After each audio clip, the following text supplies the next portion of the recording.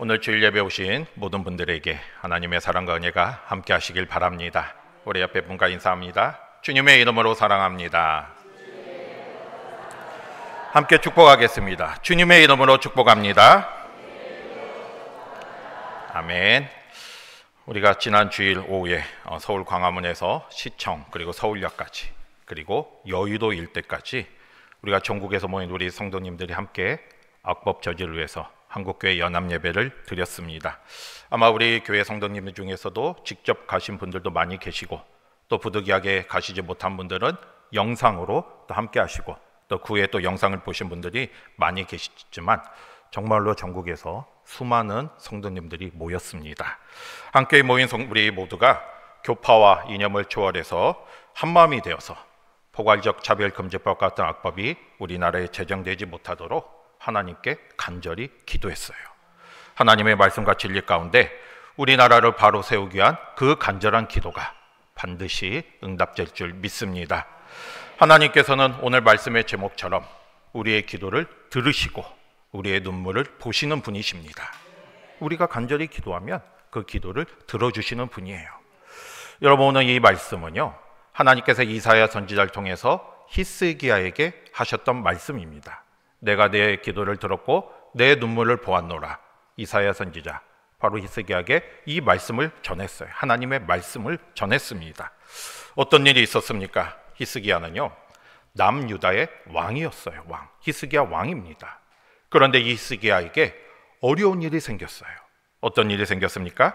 1절 같이 보겠습니다. 1절 같이 볼게요. 시작.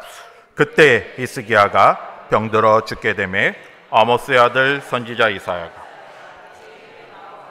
그에게 이르되 여호와의 말씀이 너는 집을 정리하라. 내가 죽고 살지 못하리라 하셨느니라. 아멘. 이 남유다의 왕이었던 히스기야가 병이 들었는데 이 병이 얼마나 중하였는지 치료할 수 없을 정도로 절망스러운 그런 병이었습니다. 그러니까 하나님께서 이사야 선지자를 히스기야에게 보내서 뭐라고 선포했습니까? 앞으로 얼마 살지 못할 터이니까 집을 정리하라는 거죠. 그러니까 얼마 살 날이 얼마 남지 않았으니까 죽음을 맞이할 준비를 하라는 죽음의 선고를 하였습니다. 그 정도로 중한 병이었어요. 그런데 여러분, 히스기야가 이 선포를 들었을 때, 이 선고를 들었을 때 어떻게 하였습니까? 히스기야는 하나님을 원망하거나 자신의 상황을 비관하지 않았어요. 오히려 하나님 앞에 간절히 기도했습니다. 좀 이따 말씀을 보겠지만 정말로 간절히 기도했어요. 이렇게 간절히 기도했을 때 하나님께서 그 기도에 응답하여 주십니다. 즉시 응답하여 주셔서 얼마나 빨리 응답하셨는지 오늘 4절 말씀을 보면 이렇게 죽음의 선고를 한 이사야가 미처 이제 돌아가기도 전에, 성읍 가운데로 가기도 전에, 다시 말해서 이 왕궁 안에 있을 때 하나님의 기도에 응답이 응합니다. 그래서 하나님께서 이사야 선지자에게 다시 돌아가라, 히스기야에게 돌아가서 이번에는 기도의 응답을 선포하라, 이렇게 말씀을 하셔요. 그래서 이사야 선지자가 하나님의 명령대로 다시 히스기야에게 옵니다. 그래서 오늘 말씀처럼 무화과 반죽을 가지고 그 상처에 대니까 완전히 나음을 입게 된 거죠. 여러분, 얼마나 이 감사하고 놀라운 일입니까? 이 놀라운 일이 히스기야에게 일어난 거예요. 오늘 저는 이 말씀을 통해서 히스기야의 모습을 통해서 하나님이 주시는 뜻과 하나님이 주시는 은혜를 나누고자 합니다. 여러분, 첫 번째로 생각해 볼 수 있는 거는요, 하나님의 사람에게도 때로는 이런 어려움과 고난이 있을 수 있다는 거예요. 그렇기 때문에 우리가 기도해야 한다는 겁니다. 금년 누리피오가 쉬지 말고 기도하라가 있잖아요. 우리는 쉬지 말고 기도해야 돼요. 왜냐하면 아무리 우리가 하나님을 잘 믿고 하나님의 말씀대로 산다고 할지라도 때로는 우리에게 여러 가지 이유로 어려움과 고난이 있을 수가 있습니다. 그러니까 더 기도하며 나아가야죠. 여러분, 히스기야가 어떤 사람이었습니까?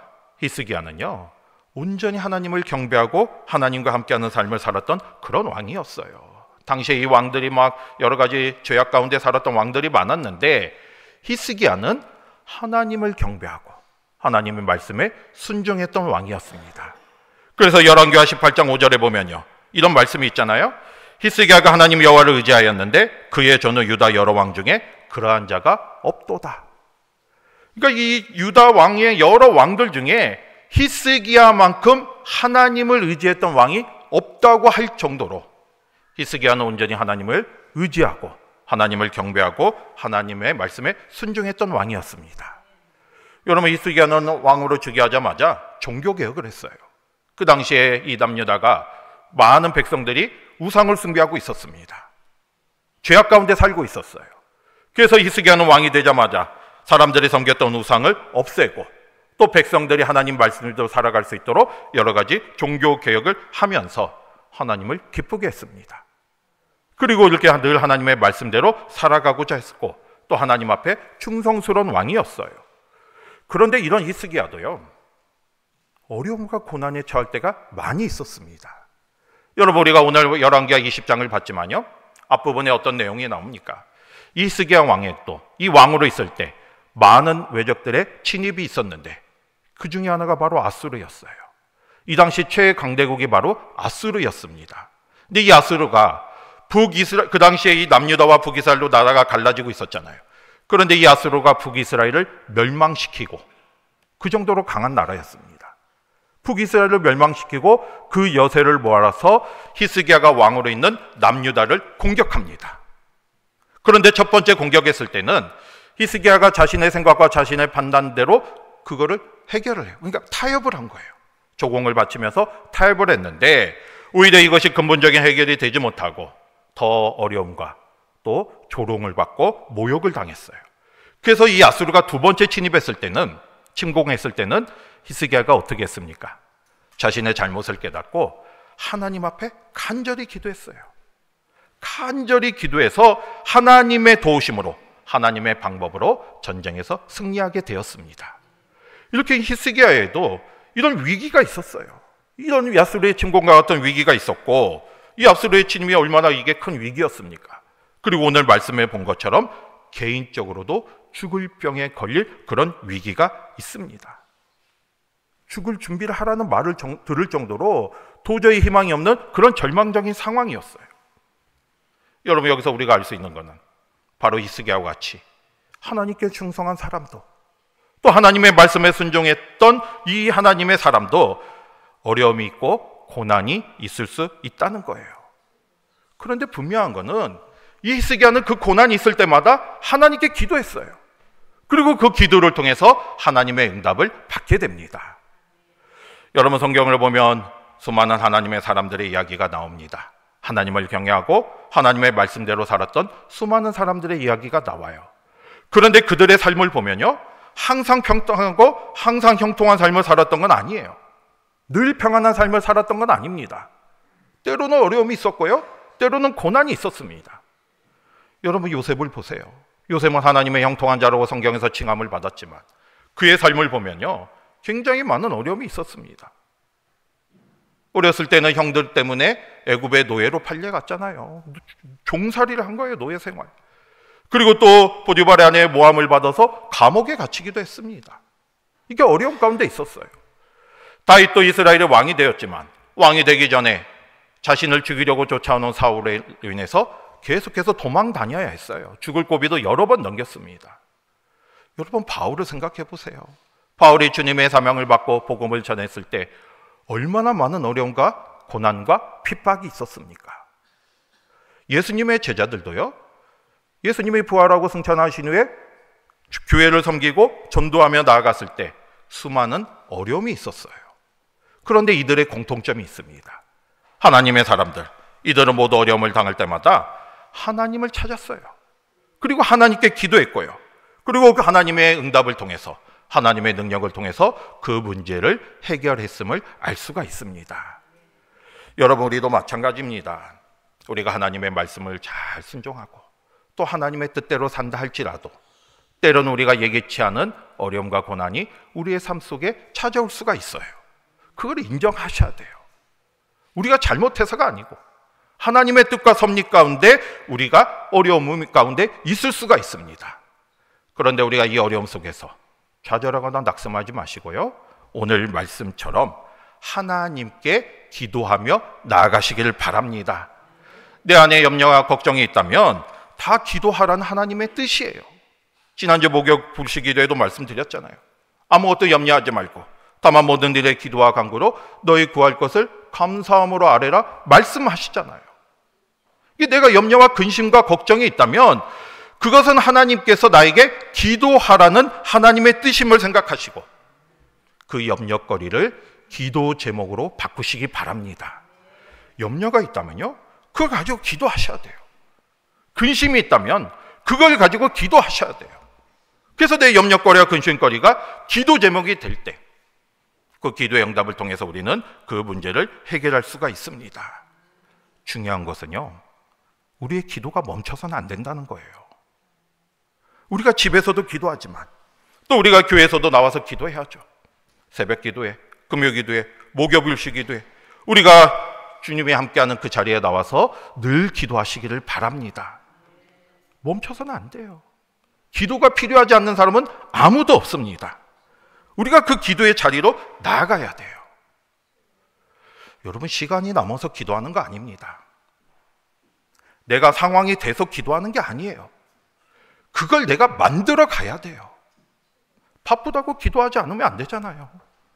기도할 수 있는 자리로 내가 나아가야 하고, 기도할 수 있는 시간을 내가 확보해야 하고, 기도할 수 있는 그 모습으로 나아가야 합니다.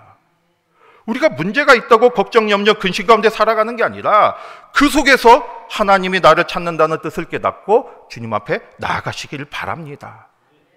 여러분, 히스기야조차도, 히스기야 그 왕도 하나님의 그 은혜가 가운데 살았지만 이런 어려움과 고난이 있었잖아요. 그럴 때 기도하며 나아갔잖아요. 하물며 우리는 어떠하겠습니까?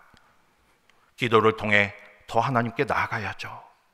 우리를 자꾸 부르시는 그 하나님의 뜻을 생각하면서 기도의 자리로 나아가는 저와 여러분이 되시기를 바랍니다.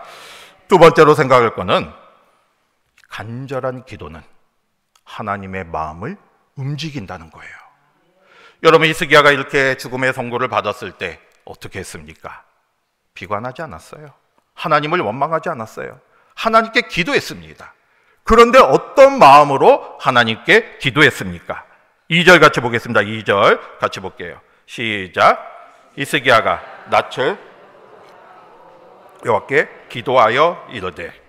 아멘. 어떻게 기도했습니까? 낯을 벽을 향했다는 거예요. 얼굴을 벽으로 향해서 간절하게 기도했습니다. 얼굴을 벽으로 향했다는 것은 다른 걸 바라보지 않았다는 거예요. 오직 누구만 바라보는 거예요? 하나님만 바라보는 거죠. 하나님만 의지하고 하나님의 능력만 바라보면서 그걸 사모하며 나아갔습니다. 지금 나를 도와주실 분은 하나님뿐이다. 하나님만이 나를 이렇게 이 상황에서 이겨내게 해주신다. 나는 오직 하나님 한 분만 의지하며 나아간다. 이 신앙 고백처럼 하나님만 바라보며 간절히 기도했고요. 또 3절 끝에는 뭐라고 나와 있습니까? 심히 통곡하여 기도했어요. 이게 이 벽을 바라보면서 심히 통곡하여 기도한 이 히스기야, 어떤 모습이 느껴지십니까? 간절한 기도잖아요.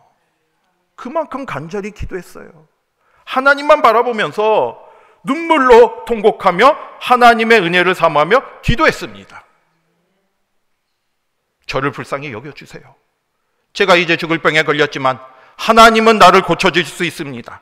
하나님은 이 문제를 해결해 주실 수 있습니다. 이 마음으로 하나님만 바라보며 하나님의 도우심을 간구하며 간절함으로 기도했어요. 그만큼 절박한 심정으로 기도했다는 거죠. 여러분, 우리 안에 여러 가지 문제가 있을 수 있습니다. 또 아픔과 또 상처가 있을 수 있어요. 해결되지 않는 여러 가지 어려움과 고난이 내 안에 있을 수 있습니다. 그런데 우리는 그 문제를 가지고 얼마만큼 하나님 앞에 나아가고 있습니까? 얼마만큼 간절히 기도해 보셨습니까? 그냥 기도 시간 되면 조금만 하나님 뭐 이렇게 해주세요, 저렇게 해주세요, 이런 정도가 아니라 간절하게 기도하셔야죠.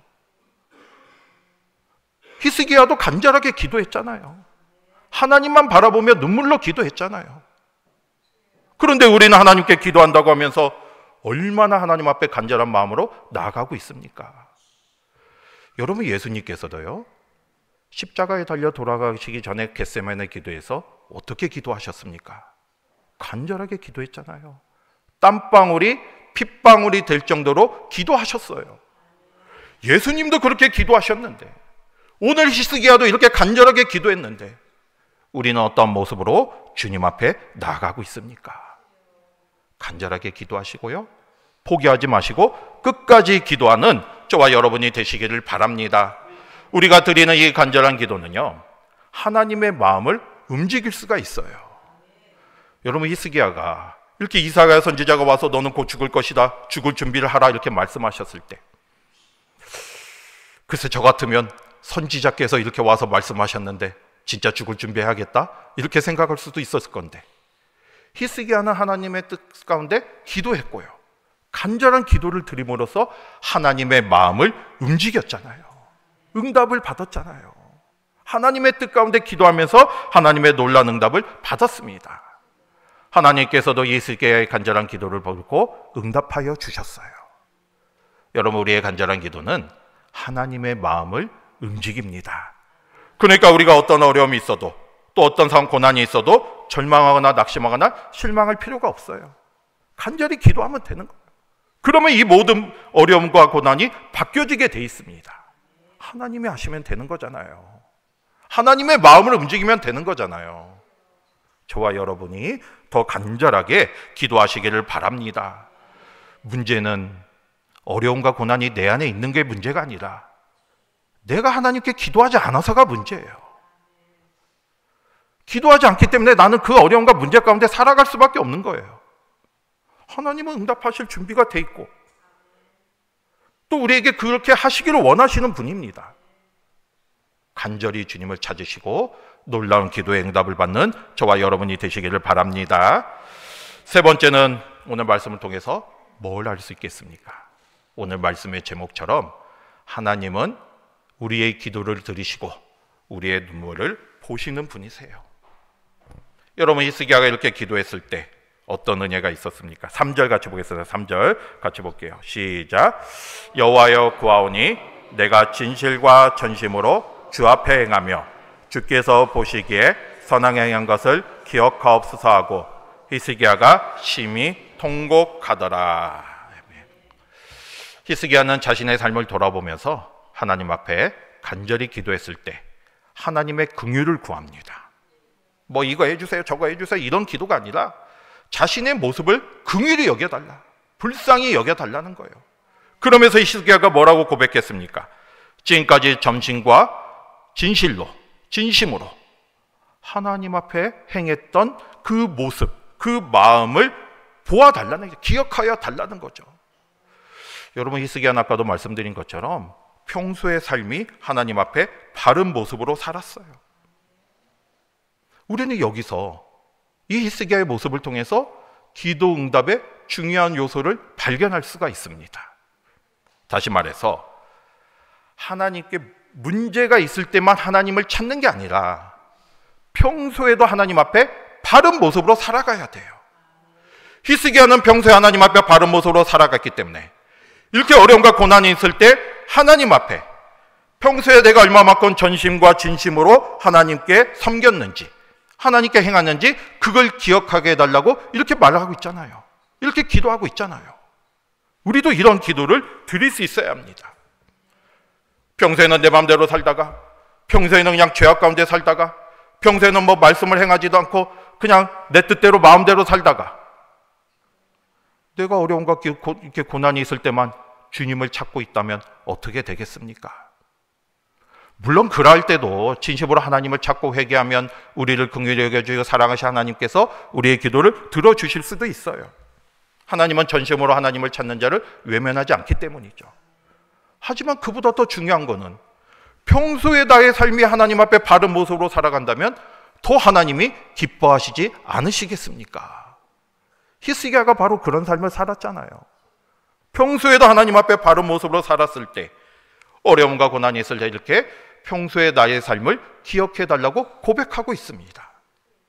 저와 여러분도 이런 기도를 드릴 수 있기를 바랍니다. 우리가 하나님 앞에 바른 모습으로 삶을 통해서 내가 주님 앞에 이런 고백을 할 수 있어야죠. 내가 진실과 전심으로 주님 앞에 행한 것을, 그리고 주님 보시기에 성하게 행한 것을 기억해야 달라고. 우리도 그런 모습으로 나아가야죠. 그럴 때 하나님이 우리의 모습 속에 놀랍게 역사하여 주실 것입니다. 히스기야가 이렇게 간절히 기도했을 때 하나님께서 그 기도에 응답하여 주십니다. 바로 응답하셨어요. 아까도 말씀드린 것처럼 이사야 선지자가 미처 이 성읍을 빠져나가기도 전에, 돌아가기도 전에 다시 이렇게 히스기야에게 가라고 해서 하나님의 말씀을 선포하게 하십니다. 그게 무슨 말씀입니까? 5절 같이 보겠습니다. 5절 같이 볼게요. 시작. 너는 돌아가서 내 백성의 주권자 히스기야, 여호와의 말씀이 내가 내 기도를 들었고 내 눈물을 보았노라. 내가 너를 낫게 하리니 내가 3일 만에 여호와의 성전에 올라가겠고. 아멘. 하나님께서 이사야 선지자를 통해서 히스기야에게 어떤 응답을 주셨습니까? 오늘 말씀의 제목이죠. 내가 내 기도를 들었고 내 눈물을 보았노라. 얼마나 이 놀라운 응답이에요. 히스기야가 간절히 기도했을 때 하나님께서 그 기도를 들으셨다는 거예요. 통곡하며 기도할 때 하나님이 그 눈물을 보셨습니다. 여기서 들었다는 거는 그냥 이렇게 우리가 대화할 때 살짝 듣는 그런 정도가 아니에요. 그 말 한마디 한마디를 관심을 가지고 그 애절한 심정을 더 간절하게 들으셨다는 거죠. 그리고 여기서 보았다는 거는 그냥 우리가 쑥 이렇게 관심 없이 쳐다보는 그런 단어가 아닙니다. 원어의 의미를 보면 정말로 관심을 가지고 유심히 지켜봤다는 거예요. 그러니까 하나님께서는 이 히스기야가 기도할 때 그 말 한마디 한마디를 들으셨어요. 관심을 가지고 그 애타는 마음까지 들으셨고요. 또 히스기야가 간절히 기도하는 그 모습을, 그 눈물을 보셨습니다. 그냥 쓱 보신 게 아니라 정말로 관심을 가지고 보셨어요. 얼마나 애탄 마음으로 기도하는지, 얼마나 간절한 마음으로 부르짖는지를 보시고 그 눈물의 기도를 외면하지 않으셨어요. 그래서 오늘 말씀처럼 놀라운 응답을 베풀어 주십니다. 그 병이 낫게 해주시잖아요. 여러분, 하나님은 이렇게 우리의 기도 소리에 귀를 기울이시고 은혜를 베푸시는 분이십니다. 우리의 기도를 들으시고 우리의 눈물을 보시는 분이세요. 그러면 문제는 뭘까요? 하나님은 우리의 기도를 들으시고 우리의 눈물을 보신다고 하는데 우리가 하나님 앞에 나아가서 기도하지 않고 하나님 앞에서 눈물을 흘리지 않는다면 어떻게 되겠습니까? 그러면 우리의 기도를 들어주실 수 없잖아요. 하나님 앞에 나가셔야죠. 간절히 기도하셔야죠. 간절히 기도하실 때 그 속에 역사가 있습니다. 우리의 문제를 그냥 쌓아안고 가시지 마시고 더 간절히 기도하시기를 바랍니다. 누가복음 18장에 보면 예수님께서도 비유로 말씀하셨잖아요. 낭망하지 않고 계속해서 기도할 것을 말씀하시면서 과부와 재판관의 비유를 말씀하십니다. 과부가 원통한 일이 있었어요. 아무도 도와주지 않아서 혼자 힘으로 해결할 수 없는 그런 일이었습니다. 그래서 과부가 이 괴로운 사정이 있어서 재판관을 찾아갔는데 재판관은 하나님을 두려워하지 않고 사람을 무시하는 사람이었어요. 처음 찾아가니까 당연히 그 재판관이 그 과부의 간청을 듣지 않았죠. 하지만 과부가 계속해서 간청합니다. 여러 번 찾아가요. 그러니까 결국 과부의 원한을 들어줍니다, 재판관이. 예수님께서 이 비유를 말씀하시면서 하나님께서도 우리가 밤낮 부르짖는 기도를 들어주신다 말씀하셨어요. 여러분, 그 불의한 재판관조차 간청하면 그 기도를, 원한을 풀어주는데 우리를 사랑하시고 우리와 함께 하신 하나님께서 우리의 기도를 외면하시겠습니까? 우리의 기도를 들어주시고 우리의 눈물을 보아주시는 거죠. 우리가 기도하셔야죠. 오늘 히스기야의 말씀처럼, 히스기야의 모습처럼 우리는 끝까지 하나님만 바라보며 기도하며 나아가서 하나님의 놀라운 응답을 받기를 바랍니다. 하나님의 사람도 때로나 어려움과 고난이 있을 수밖에 없어요. 그게 더 기도하라는 하나님의 뜻입니다. 이렇게 엉켜버리는 실타래처럼, 깊은 우덩이처럼 여러 가지 어려움과 고난 가운데 빠질 때가 있어요. 하지만 분명한 것은 우리에게는 놀라운 해법이 있다는 거죠. 누가 우리와 함께 하십니까? 전능하신 하나님이 우리와 함께 하시잖아요. 그 하나님께 간구를 하셔야 돼요. 기도를 하실 때 하나님의 놀라운 응답이 우리의 삶 속에 있을 줄 믿습니다. 여러분, 너는 내게 부르짖으라. 내가 네게 응답하겠고 내가 알지 못하는 크고 비밀한 일을 보여주리라 말씀하셨잖아요. 너는 내게 부르짖으라. 그러면 내가 너에게 응답하겠다 말씀하셨어요. 우리가 생각지도 못한 크고 비밀한 일을 보여주리라 약속하셨습니다.